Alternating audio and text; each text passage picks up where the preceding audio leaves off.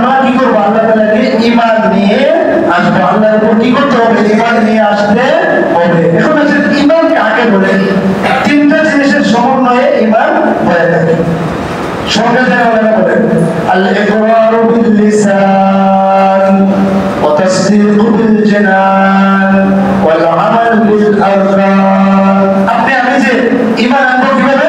ইকরার বিল লিসান, আপনি আমি মুখ দ্বারা স্বীকার করব যে আল্লাহ তাআলা এক, ওনাকে আমরা বিশ্বাস করলাম এক, দুই নাম্বার ওয়া তাসদীকু বিল জানান, এবং অন্তরে বিশ্বাস করতে হবে যে আল্লাহ এক। শুধু মুখে বললে না, মনে করলেন যে এটা তো এমনি কইলাম, তাহলে আপনার ঈমান পরিপূর্ণ হবে না। বরং মুখে বলতে হবে, অন্তরেও বিশ্বাস করতে হবে। আরেকটা হইল ওয়াল আমাল বিল আরকান, এবং শরীর দিয়া আপনাকে আমল কইরা বুঝাইতে হইব যে আপনি আমি ঈমান এনেছি, বলেন সুবহানাল্লাহ। তাইলে ঈমানের এই তিনটা শর্ত আমরা পালন করব। হাদিস শরীফে আছে আল ঈমানু বিদআতুন ওয়া সাবউনা শু'বাতান, ঈমানের রয়েছে প্রায় ৭০টা শাখা।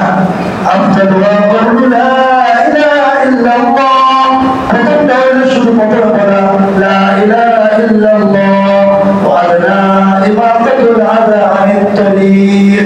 আর এবার সর্বনিম্ন ঈমানের স্তর হলো রাস্তা থেকে ময়লা জিনিস বা কষ্টদায়ক জিনিস যেটা আছে এটাকে সরিয়ে দেওয়া। বলুন সুবহানাল্লাহ। ওয়াল হায়াউ শু'বাতুম মিনাল ঈমান, এবং হায়া শু'বাতুম মিনাল ঈমান। আর হায়া হলো লজ্জা, এটা ঈমানের একটি শাখা থেকে একটি শাখা। বলুন সুবহানাল্লাহ। তাহলে আমরা ঈমান নিয়ে আসবো। আমরা তো ছোটকালে ঈমানে মুজমাল, ঈমানে মুফাসসাল এগুলি পড়েছি। এগুলো হলো নবী সাল্লাল্লাহু আলাইহি ওয়াসাল্লাম হাদিসের সার নির্যাস, হাদিসে এবং অনেক ভাবে আছে। এগুলোকে আমরা যারা মুরব্বিরা আছে লিখে দিয়ে গেছেন কিভাবে আমরা ঈমানে মুজমাল পারি তো সবাই। আমানতু বিল্লাহি কামা হুয়া বিআসমাই ওয়া সিফাতি ওয়া কাবিলতু জামিআ আহকামি ওয়া আরকানি। পারেন সবাই? ছোটকালে যদি মক্তবে পড়ে থাকেন তাহলে তো মনে হবে। যারা পড়ছেন না অবশ্যই পড়ছেন, যারা মক্তবে পড়ছেন এরা অবশ্যই জানেন। আমানতু বিল্লাহ, এখানে ঈমান মুজমাল মানে সংক্ষিপ্ত ভাবে যেটা বলা হয় যে আমানতু বিল্লাহ, আমরা আল্লাহর প্রতি ঈমান আনলাম। বলেন সবাই, আমরা আল্লাহর প্রতি ঈমান আনলাম। বিআসমাইহি, ওনার নাম সহ, ওয়া সিফাতিহি, এবং ওনার গুণাবলী সহ, ওয়া কাবিলতু জামিআ আহকামিহি, এবং ওনার যত আহকাম, হুকুম আহকাম আছে, বিধিবিধান আছে, এগুলোকে আমি কবুল করলাম। ওয়ারকানি, এবং যত বিধান আছে সবগুলোকে আমি মেনে নিলাম। এটার নামই হলো ঈমান। বলেন সুবহানাল্লাহ। এরপরে আছে ঈমানে মুফাসসাল, মানে বিস্তারিত ঈমান। এটার নাম হচ্ছে বিস্তারিত। মুফাসসাল মানে বিস্তারিত ভাবে বলা। আমানতু বিল্লাহি ওয়া মালাইকাতিহি ওয়া কুতুবিহি ওয়া রুসুলিহি ওয়াল ইয়াউমিল আখিরি ওয়াল কদরি খাইরিহি ওয়া শাররিহি মিনাল্লাহি তাআলা ওয়াল বা'থি বা'দাল মাউত। অর্থাৎ আমানতু বিল্লাহ, আমরা ঈমান এনেছি আল্লাহর উপর। ওয়া মালাইকাতিহি, আমরা আল্লাহর উপর বিশ্বাস করেছি এবং ফেরেশতাগণের উপর বিশ্বাস করেছি। ওয়া কুতুবিহি, এবং কিতাবসমূহের উপর বিশ্বাস করেছি, ঈমান এনেছি। ওয়া রুসুলিহি, রাসূলগণের উপর। ওয়াল ইয়াউমিল আখিরি, আখিরাতের দিবসের উপর। ওয়াল কদরি, এবং তাকদীরের উপর। ওয়াল কদরি খাইরিহি ওয়া শাররিহি, ভালো তাকদীর হোক খারাপ তাকদীর হোক সবগুলোকে আমরা মেনে নিয়েছি।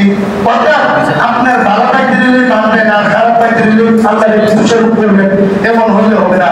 বরং যাই হোক, যে অবস্থায় আপনি আছেন এটাকে মেনে নেওয়ার নামই হলো ঈমান। ওয়া শাররিহি মিনাল্লাহি তাআলা, যা কিছু হয় ভালো হয় এটা আল্লাহর পক্ষ থেকে হয়, খারাপ কিছু হয় না হয় আল্লাহর পক্ষ থেকে হয়। ওয়াল বা'থি বা'দাল মাউত, এবং মৃত্যুর পরে পুনরুত্থান, অর্থাৎ মৃত্যুর পরে যারা জীবিত হবে, আবার হাসর হবে, মিজান আছে, ফুলসিরাত আছে, কবরের জিন্দেগি আছে, এই সবগুলোকে আমরা ঈমান এনেছি। এটার নামই হলো ঈমান। বলেন সুবহানাল্লাহ। তাইলে আমরা ঈমানে মুফাসসাল, ঈমানে মুজমাল এগুলো তো আমরা অনেকে জানি, যারা জানি না এগুলো আমরা শিখে নেব। যদি আপনি আমি ঈমান আনি তাহলে কি হবে? আপনি যদি মুমিন হন তাহলে আপনার লাভ কি? আল্লাহ তাআলা বলেন ইন্নাল মুসলিমিন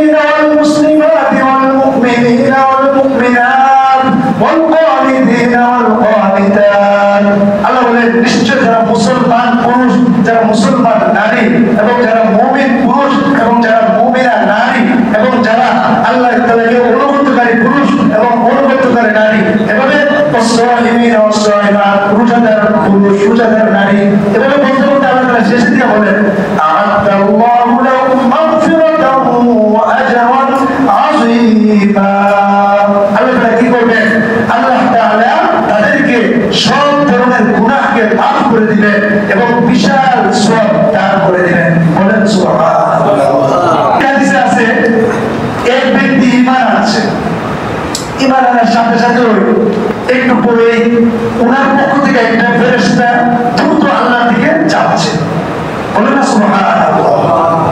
আল্লাহর সংবাদ দেওয়ার জন্য যে আল্লাহ তোমার এক বান্দা ঈমান এনেছে, সাথে সাথে আরেক ফেরেশতা উপর দিকে নামতেছে, বলে না সুবহানাল্লাহ। দুই ফেরেশতার মধ্যে সাক্ষাৎ হয়ে গেল। এক ফেরেশতা আরেক ফেরেশতাকে বলতেছে, কেউ তুমি কই যাও? তখন নিচের ফেরেশতা বলতেছে, আল্লাহর এক বান্দা ঈমান এনেছে, আমি ঈমানের সুসংবাদ নিয়ে আল্লাহর কাছে যাইতেছি, বলেন সুবহানাল্লাহ। তখন আমার নিচের ফেরেশতা উপরের যে উপর থেকে যে নামতেছে ওই ফেরেশতাকে বলতেছে, কেউ তাইলে তুমি কই যাও? তো আমি তো আল্লাহ তাআলার ক্ষমার ঘোষণা নিয়ে ওই বান্দার কাছে যাইতেছি, বলেন না সুবহানাল্লাহ। ঈমান আনবে সাথে সাথে আল্লাহ তাআলা আল ইসলামু ইয়াহদিমু মা কানা ক্বাবলা, ইসলাম তার পূর্বের যত গুনাহ আছে সব ক্ষমা করে দেয়, বলেন সুবহানাল্লাহ। দেখছেন এই ফেরেশতা কি হয়ে গেছে? সংঘর্ষ হয়ে গেছে। এক ফেরেশতা নিচে থেকে দ্রুত যাইতেছে, আল্লাহর কাছে গিয়ে বলবো যে আল্লাহ আপনার এই বান্দা ঈমান এনেছে। আল্লাহ তাআলা সাথে সাথে আরেক ফেরেশতা পাঠিয়ে দিয়েছেন যে আল্লাহ তুমি যাও দ্রুত গিয়ে তাকে ক্ষমার ঘোষণা দিয়ে আসো দুনিয়াতে, বলেন না সুবহানাল্লাহ। বুঝলেন? তাইলে ঈমান আনবেন না ইনশাআল্লাহ। আমরা তো ঈমানদার সবাই, তারপরও ঈমানকে বারবার নবায়ন করবো ইনশাআল্লাহ। হাদিস শরীফে আছে, জাদ্দিদু ঈমানাকুম, তোমরা তোমাদের ঈমানকে নবায়ন করো।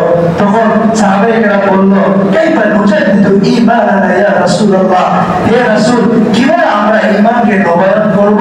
ক্বালা রাসূলুল্লাহ সাল্লাল্লাহু আলাইহি ওয়াসাল্লাম, রাসূল সাল্লাল্লাহু আলাইহি ওয়াসাল্লাম বললেন, আকসিরু বিল কওলি লা ইলাহা ইল্লাল্লাহ, তোমরা বেশি বেশি লা ইলাহা ইল্লাল্লাহ জিকির করবা, তাহলে তোমাদের ঈমান আল্লাহ তাআলা বৃদ্ধি করে দিবেন, বলেন সুবহানাল্লাহ। যে কথাগুলি বললাম আমল করার তৌফিক দান করে, সবাই প্রকৃত ঈমানদার হয়ে যাওয়ার তৌফিক দান করে। ওয়া আখিরু দাওয়ানা